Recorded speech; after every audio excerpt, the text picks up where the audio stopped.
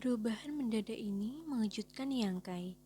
Dalam sekejap mata, pikiran Yangkai berpacu saat dia dengan cepat memahami alasannya. Kapasitas dunia kecil misterius terbatas, seperti botol dunia surga dan bumi di batas bintang. Hanya ada 10 kaisar agung sekaligus, dan tidak mungkin yang ke-11 dilahirkan. Ini adalah perlindungan diri dari seluruh dunia, dan juga batasan dari hukum dunia.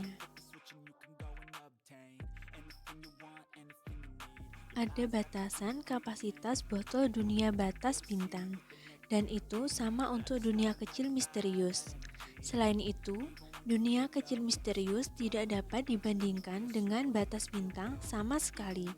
Jika keberadaan yang begitu kuat ditempatkan dengan gegabah ke dalam mayat gagak emas, seluruh dunia tidak akan mampu menahannya.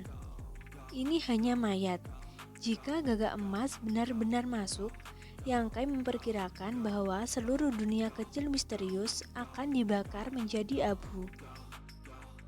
Dunia kecil misterius tidak lagi sama seperti dulu. Wilayah kedua dan ketiga telah dipisahkan satu demi satu, dan sekarang dunia kecil yang misterius hanya tersisa dengan wilayah pertama aslinya. Kapasitasnya sangat kecil, dan mayat gagak emas tiba-tiba dilemparkan ke dalam, menghasilkan perubahan seperti itu. Karena dia sudah tahu alasannya, Yangkai tidak berani lalai. Dengan cepat mengguncang tas harapan 6 arah dan mengumpulkan mayat gagak emas. Baru saat itulah getaran dunia berangsur-angsur menjadi tenang dan perlahan menghilang. Hukum yang kacau juga kembali normal, dan perubahan ini mengkonfirmasi tebakannya sebelumnya. Sambil mengerutkan kening, Yangkai berdiri di tempat, tenggelam dalam pikirannya. Jika dia tidak memutuskan untuk membawa mayat gagak emas ke dunia kecil misterius pada menit terakhir, dia benar-benar tidak akan menemukan lapisan ini. Jika mayat gagak emas seperti ini, apa yang akan terjadi jika seorang pembudidaya Open Heaven Stage dibawa ke dunia kecil yang misterius? Tubuh Master Open Heaven Stage telah membuka langit dan bumi, dan kekuatan dunia semesta kecil di dalam tubuh mereka juga berbeda. Jika kapasitas dunia kecil misterius lebih besar dari dunia Open Heaven Stage, mungkin mereka akan dapat hidup dengan harmoni. Tetapi, jika mereka lebih kecil, kemungkinan besar perubahan seperti itu akan terjadi. Berpikir demikian, Yangkai menjadi waspada. Tampaknya, jika dia tidak punya pilihan lain di masa depan, dia tidak bisa begitu saja membawa Master Open Heaven Stage ke dunia kecil yang misterius. Jika tidak, itu akan membawa kerugian besar dan bahaya tersembunyi. Jika dunia kecil misterius seperti ini, maka tidak perlu menyebutkan manik dunia. World Beat adalah replika dari Mysterious Boundary Beat, tetapi jauh lebih rendah dari Mysterious Boundary Beat, karena World Beat disempurnakan dari bintang mati dan bahkan tidak memiliki hukum dunia sendiri. Yangkai memperkirakan bahwa manik dunia yang dia sempurnakan tidak akan mampu menampung pembudidaya Open Heaven Stage. Jadi, jika dia mencoba mengambilnya dengan paksa, itu akan meledak. Dari tampilannya, Six Direction Wishful Bag cukup luar biasa. Itu juga mampu menampung seorang pembudidaya tahap Open Heaven. Tetapi, dibandingkan dengan dunia kecil yang misterius, tas harapan 6 arah bukanlah dunia kecil. Itu hanya ruang kecil.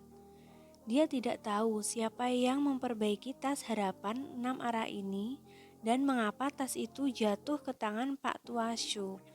Namun, semua ini tidak penting. Tas Wishful sekarang menjadi harta karunnya. Karena tidak ada cara untuk mengujinya di dunia kecil yang misterius, Yangkai hanya bisa berkedip, menyingkirkan manik batas misterius. dan kemudian menyelam kembali ke dalam tas harapan. Untungnya, tas wishful telah sepenuhnya disempurnakan olehnya, sehingga bisa menjadi besar atau kecil sesuai keinginannya. Itu tidak seluas dunia kecil yang misterius, tetapi tidak dipenuhi dengan mayat Gagak Emas. Ketika Gagak Emas masih hidup, ia sangat kuat, tetapi setelah kematiannya, tidak ada yang istimewa darinya. Melepaskan defenses-nya, Yangkei bisa merasakan aura jahat yang samar. Setelah mengitari mayat Gagak Emas beberapa kali, Yangkei berdiri di depannya, menyilangkan tangannya, dan memeriksanya dengan cermat. Dia tidak tahu bagaimana memulainya, memikirkan kembali bagaimana dia memadatkan kekuatan elemen kayu, itu karena dia telah lama menyempurnakan pohon abadi, dan dengan bimbingan Roxy, seluruh prosesnya cukup mudah. Setelah memikirkannya untuk waktu yang lama, Yangkei memutuskan untuk mencobanya terlebih dahulu. Pemilik telah menggambarkan Golden Crow True Fire sebagai menakutkan. Jadi, yang terbaik adalah berhati-hati. Mengulurkan tangannya, Yangkei meletakkannya di dahi Gagak Emas dan menutup matanya. Diam-diam, merasakannya saat dia mencoba mengeluarkan api sejati dari mayat Gagak Emas.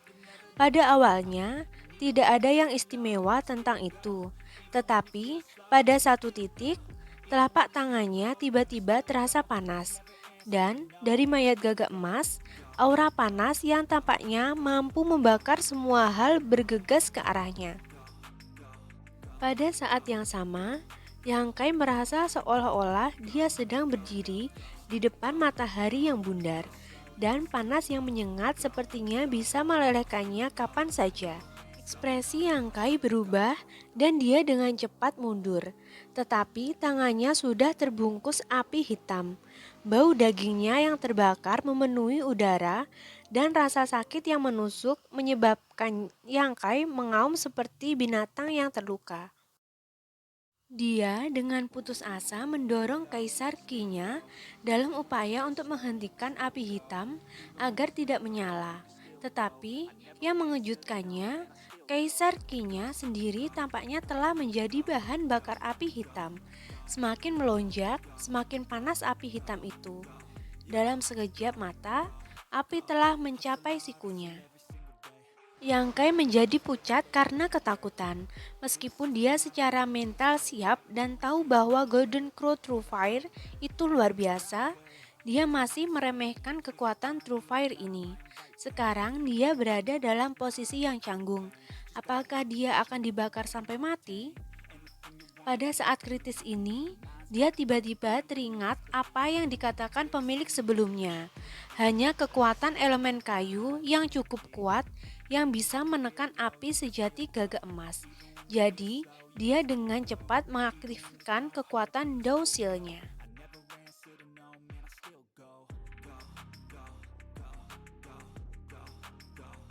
Aura hijau samar menyebar dari lengannya, melengkapi dengan api hitam, membuatnya terlihat sangat aneh.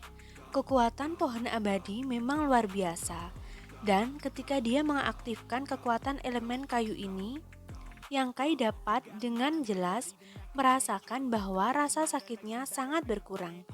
Tempat di mana dia terluka oleh Golden Crow True Fire juga terasa seperti diberi makan, dan dagingnya jelas tumbuh. Yangkei menghela napas panjang. Dia telah mengambil langkah yang tepat. Kualitas kekuatan elemen kayunya harus lebih tinggi dari Golden Crow True Fire. Jika tidak, dia tidak akan menunjukkan performa seperti itu. Dari kelihatannya, selama elemen kayu cukup kuat menyerap api sejati Gagak Emas ini dan memadatkan elemen api tidak akan terlalu berbahaya.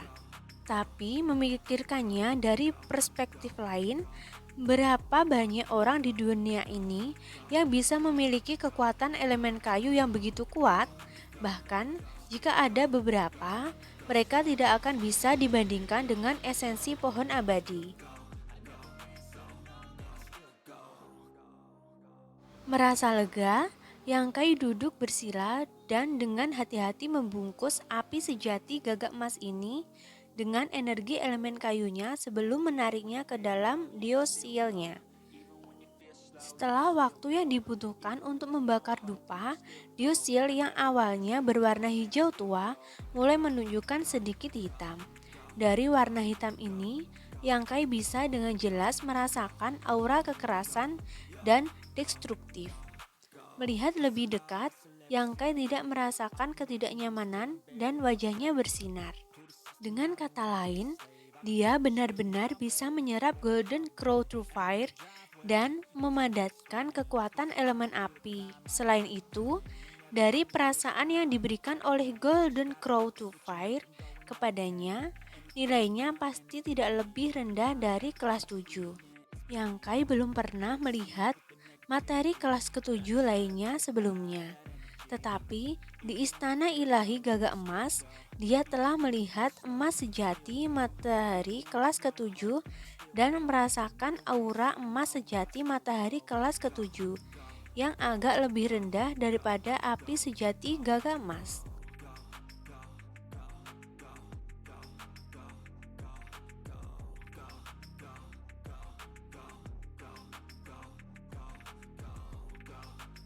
Baru sekitar 1 tahun sejak dia tiba di luar angkasa, tetapi sekarang dia memiliki kesempatan untuk memadatkan elemen apinya. Ini benar-benar sebuah keberuntungan. Dia tidak bisa diganggu untuk mempertimbangkan kondisi yang telah diusulkan pemilik. Kata-kata Ji Tianxing sebelumnya benar. Banyak faktor eksternal hanyalah ilusi, dan semua kekuatan dan kekayaan hanyalah awan yang berlalu sebentar. Hanya kekuatan sendiri yang penting.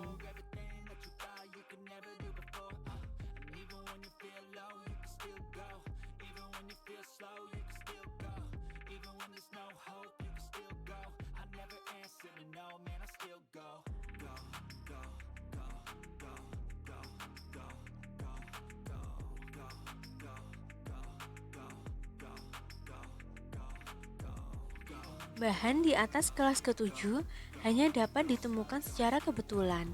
Karena Yangkai ingin mencapai High Rank Open Heaven Stage secara langsung, bagaimana dia bisa melewatkan kesempatan seperti itu? Belum lagi, kondisi yang ditawarkan pemilik sebelumnya tidak benar-benar menggerakkannya. Bahkan, jika itu beberapa kali lebih tinggi, Yangkai masih bisa menyerah di bawah godaan elemen api ini. Dalam waktu singkat, kekuatan elemen kayu juga telah menyembuhkan luka yang disebabkan oleh Golden Crow True Fire.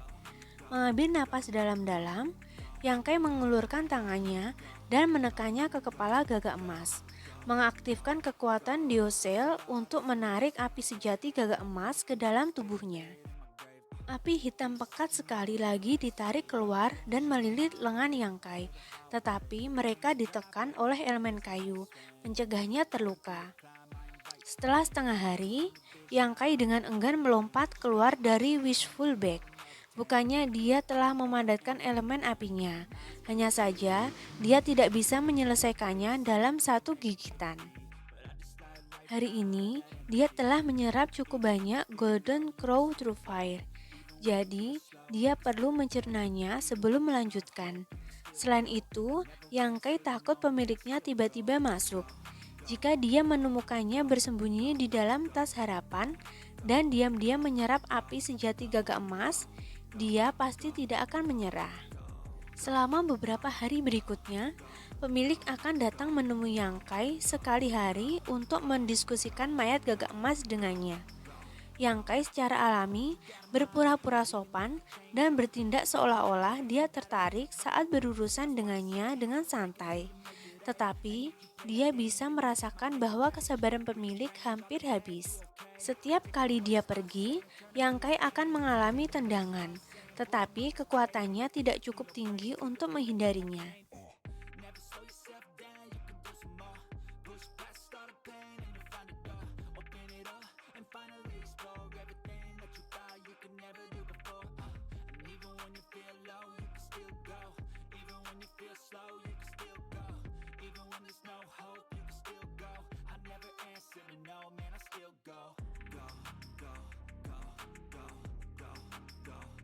Kecepatan dia menyerap Golden Crow to Fire tidak lambat. Dengan perlindungan elemen kayu pohon abadi, Yangkai bisa dikatakan telah membuka tangannya lebar-lebar. Jika orang lain mengetahui hal ini, mereka pasti akan terkejut. Di seluruh dunia Outer Universe, memadatkan segala jenis energi bukanlah sesuatu yang bisa dilakukan dalam waktu singkat, melainkan membutuhkan waktu pengasingan yang lama. Jangka waktu ini bervariasi dari 3 sampai 5 tahun sampai 10 atau 20 tahun. Jika bukan karena elemen kayu pohon abadi, Yangkai tidak akan bisa bertindak begitu sembrono.